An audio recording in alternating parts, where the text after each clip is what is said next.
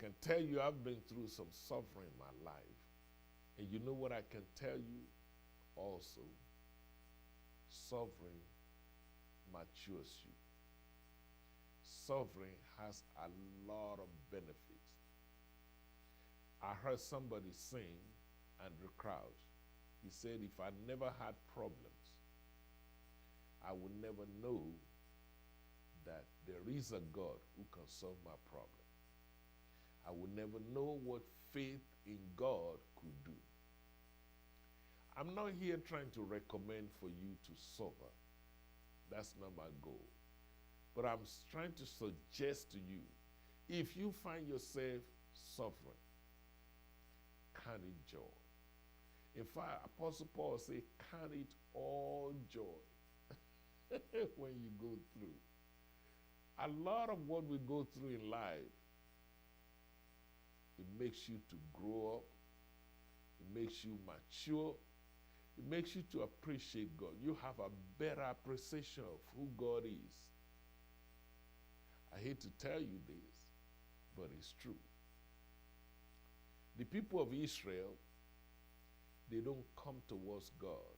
They don't turn to God until they go through suffering. As long as everything is going well for them, they will tell God, oh, we don't need you. We're fine. God will say, turn left. They say, oh, no, we're going right. But the moment they get in trouble,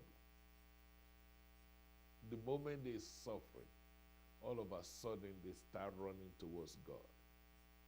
Now you can see why a little dose of suffering may do all of us good.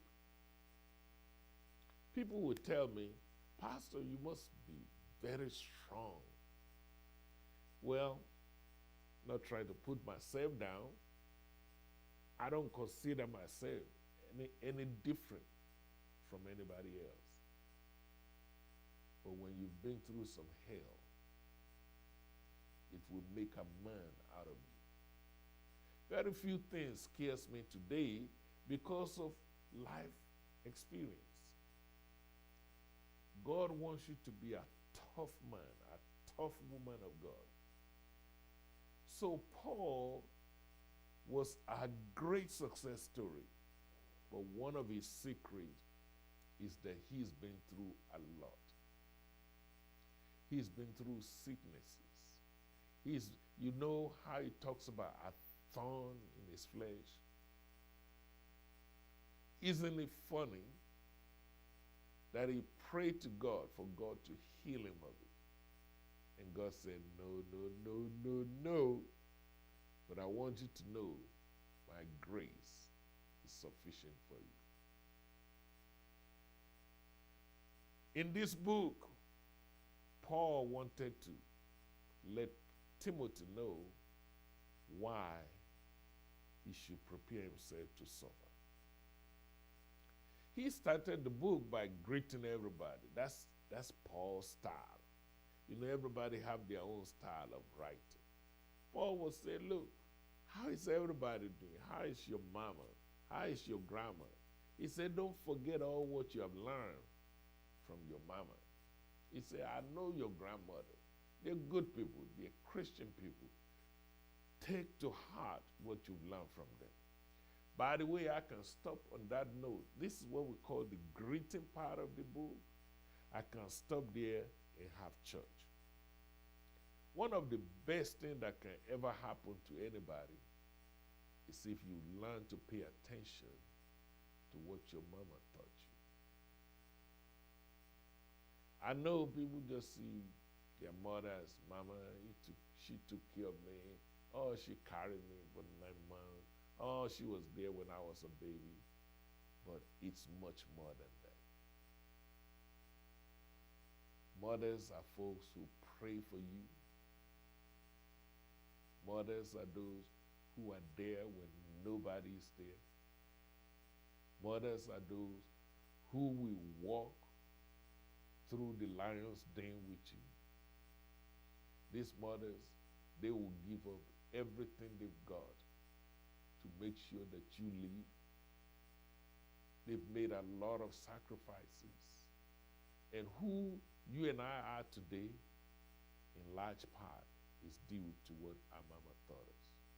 So Paul started the book of 2 Timothy saying, look, your mother Eunice, I thank God for your mom. Listen to her. I've seen some kids, they're rebellious against their parents. Will you believe the Bible said that you honor your father? Not just your father, but you need to honor your mother. And then the Bible tells you the reward that you get from that. He said two things God promised. Number one, you will live long. And number two, it shall be well with you. Ironically, if I ask you, do you want it to be well with you? Guess what? Everybody will raise their hand. Yes, me too. But ask yourself another question. Have you been honorable towards your parents? Have you learned to honor your mama? Have you learned to honor your daddy? Here, Apostle Paul is starting the whole book to explain to Timothy, this is the way to go. This is what will make you a success story. This is what will make you propel to the top in life. This is what will establish you in ministry.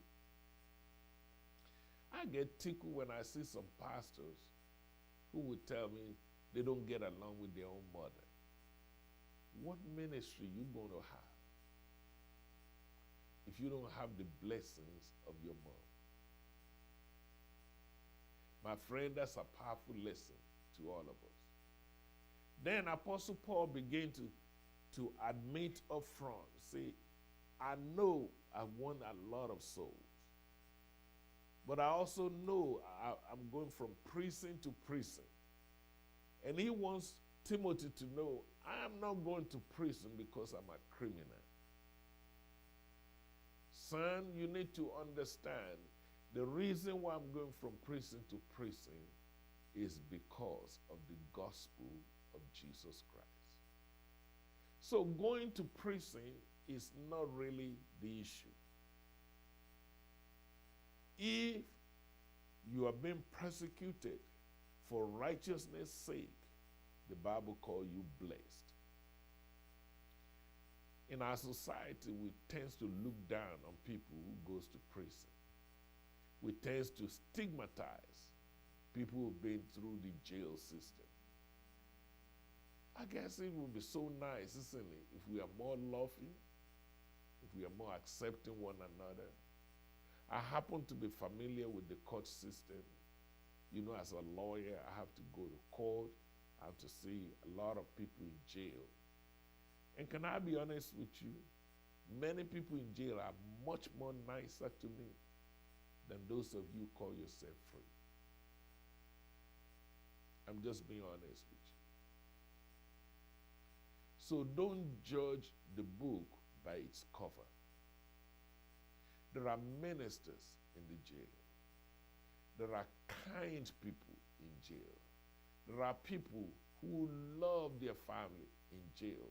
There are people who are in jail because they were trying to make things happen for their family.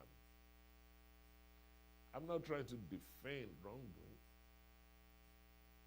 but I want you to know not everybody in jail is a criminal. Apostle Paul is trying to explain to Timothy, don't get it twisted. Because a lot of people, they were withdrawing from the church because of Paul. They say, well, what kind of pastor is this? What kind of preacher? Every time you turn around, he's in jail. In Rome, they put him in jail. In Jerusalem, they put him in jail. Everywhere he goes, they lock him. He must be a no good kind of person. And Paul is trying to make sure Timothy understands that's not necessarily the case. I just wonder, I try to put myself in Apostle Paul's shoe. Can you imagine if you pick up the the newspaper tomorrow, or you turn on the TV and you see my name there, they say, Reverend Dr. Joshua Joy Dara, busted. I wonder how many of you will still say, that's my pastor. I wonder how many people will say, I knew it was coming. They say, I knew that man is going to go down one day. But I want you to know, like Apostle Paul said, just because he's in jail does not make him a criminal. And then he says something profound to young Timothy. He said, have you considered the life of Jesus Christ? Guess what? Didn't he suffer himself? Of course he did. So suffering is not necessarily bad if you're suffering for righteousness' sake. So Apostle Paul said, to be honest with you, I am happy that I can suffer with Christ. He said, because I know if I suffer with him, I will also reign with him. I will tell you, many people are spoiled, rotten today because they've never been through anything. Even I get tickled when somebody will get called to the ministry, and in 2-3 weeks later, he say he's a bishop. Bishop who? Where have you been? What have you been through? What suffering for the sake of Christ? Paul said, my body bears the mark. He said, I got scars all over me. He said, I've been beaten for the sake of the gospel. Have you? Here you are, people tripping just because somebody says something ugly about you on Facebook. Now you don't want to go to church no more. Now you don't want to be a Christian no more. Now you don't want to fool with church people anymore. Really? Apostle Paul said, 3 times I was beaten. He said, one time I was stoned to death, and they stoned him and left him for dead. He was thrown over a city wall. He was shipwrecked. Are you listening to me? He said, look, I got scars in my body to prove it. Believe me when I tell you, if you truly love God, you will endure some ugly stuff. Don't let nobody fool you. Being a Christian comes with some suffering. But if we suffer with him, we also will reign with him. Can I be brutally honest with you? Can you stand the truth? See, as I'm looking at you right now, one of my eyes is gone. You see, really? Yes. Guess what happened? I was preaching my heart out, proclaiming the gospel of Jesus Christ. And then the veins in one of those eyes busted. That's how I lost that. So sometimes I tell people they see the glory, but they don't know the real story. If you're truly a child of God, it's going to cost you something. The enemy is always trying to look for ways to attack children of God. But hang in there. If you will learn to go through some of these things, believe me when I tell you, God's got your back. He's not the kind of God that will leave you hanging. He will not send you into the lion's den and don't show up. He will not let you go through the fiery furnace and don't show up. You can depend on him. You remember the story of Shadrach, Meshach, and the bad Negro? They said, our God is able. They know without a doubt. They were not scared of the king. They said, we will not bow because we have confidence in our God. Let me encourage you this evening. Learn to have confidence in your God. Apostle Paul is encouraging Timothy. He said, look, you're young, you're in ministry. Tough time will come. You see, hang in there. Don't give up. Don't give in. And I want to encourage somebody tonight. You may not be a preacher like me. You may not be a preacher like Paul or Timothy. But maybe you're going through some hard time right now. Sometimes rough time on your job. Sometimes hard times even in your marriage. Sometimes you're trying to raise some children and you're going through some hard time. Sometimes it may be your physical well-being, sicknesses and disease. One lady walked to me not too long ago and said, Pastor, please pray for me. I said, what happened, my sister? He said, I went to the hospital casually, and now they say there's blockage in two of my arteries, more than 90%. Now they have to rush me for open heart surgery. She said, I cannot believe it. And I prayed with her. I said, my sister, one thing I can tell you, God will go with you. And if God is with you, everything will be all right. She went through that surgery. She's out now. The other day she texted me and she said, Pastor, not only am I out, I'm no longer in ICU. And she said, I'm in regular ward now. She gave me a room. See, thank you for your prayers. You know what I'm trying to tell you? God is faithful. Whatever you're going through right now, whether it's personal, whether it's public, whether it's family, whether it's job, whether it's finance, whether it's your health, or whatever it is, God's got your back. Believe me, I'm talking from personal experience. He will take care of you. He will vindicate you. He will bring you out of that situation. And if you, like me, you've had to cry sometimes, if you've had to endure affliction sometimes, he even promised, your God will wipe away all tears. And I pray for you today, my brother, my sister, that today will be the last day that you will have to shed tears.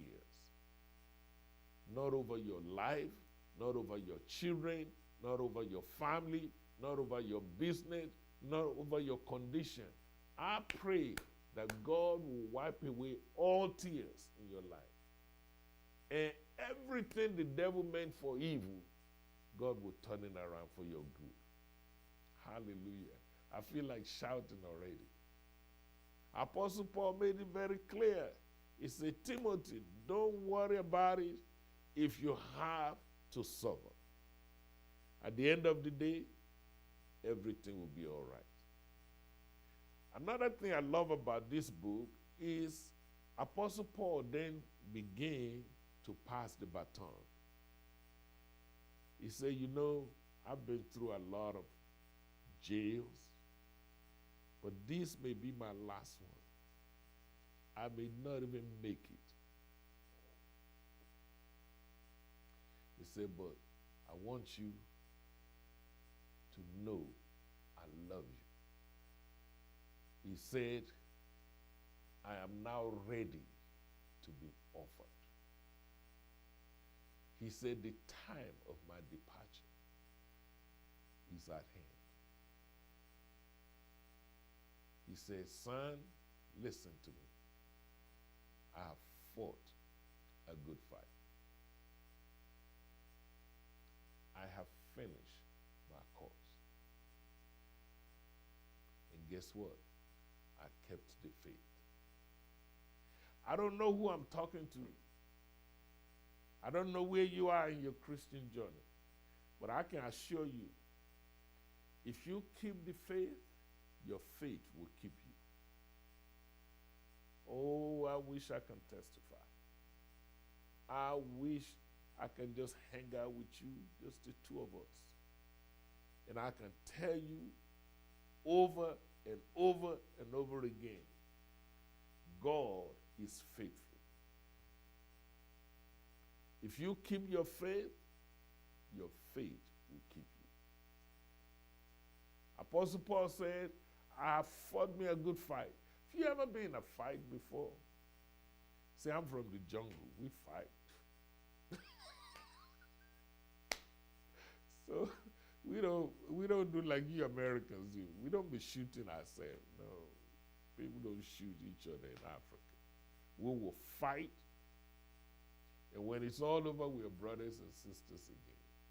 I don't know why you guys trying to kill yourself. That don't even make sense, you know. But you have to learn to fight. Your survival depends on it. I was explaining to some of my students at the college, and they were shocked.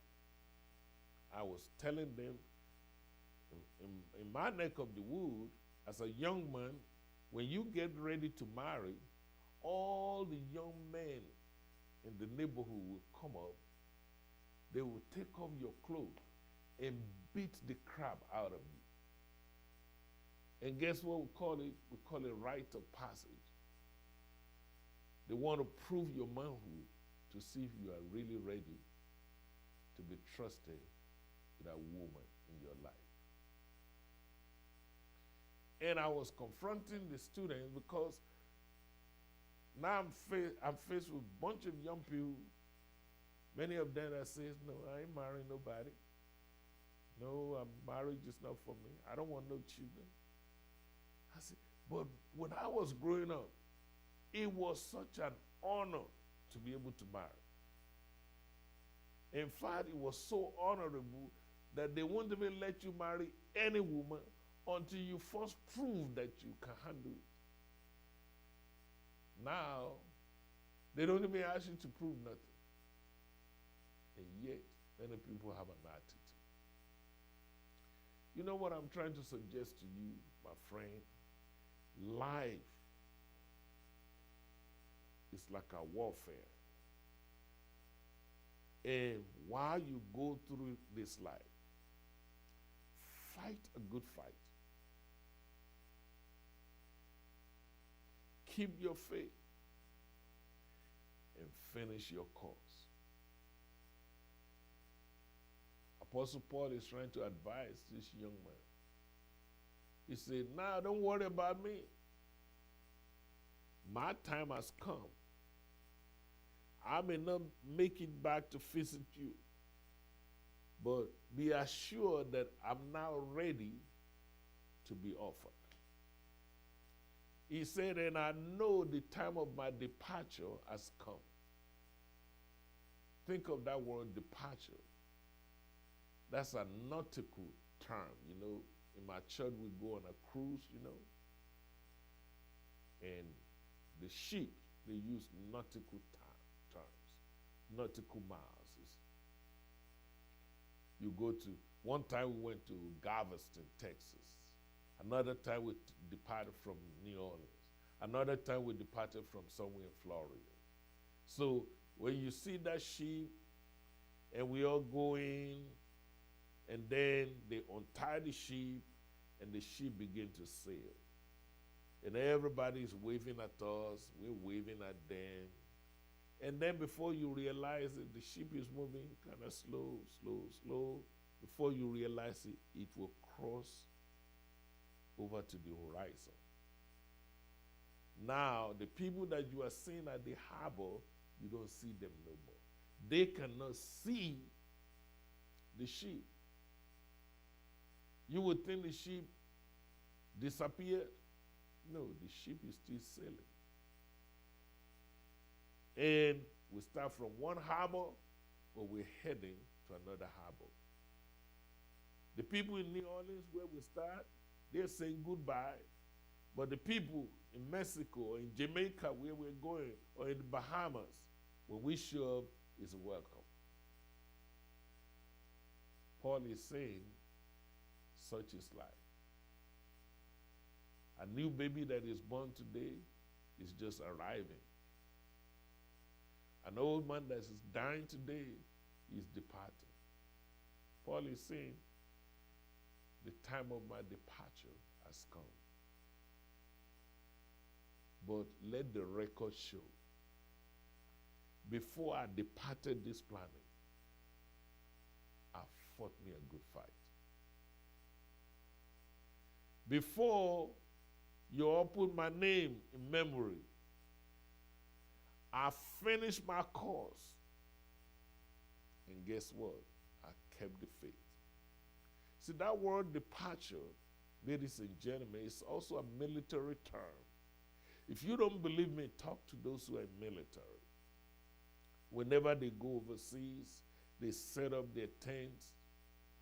But there comes a time when they have to pull down those tents. So when they pull down the tent, they pull it down so they can return back home, or so they can move to another place. The United States just did the same thing recently, you know.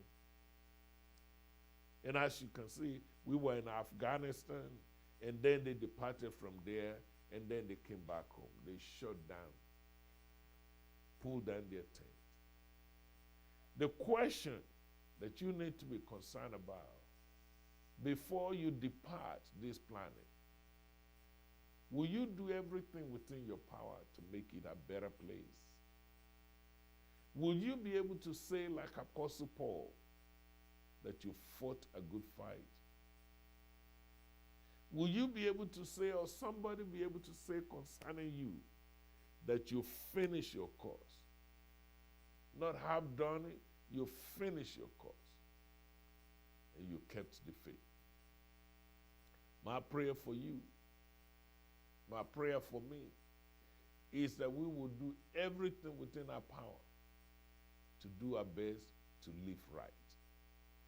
Be a good example to your children. Love your family. Love God. Work hard and keep your nose clean. Thank you for listening. I hope to see you again next week. May God bless you until we meet again. Amen.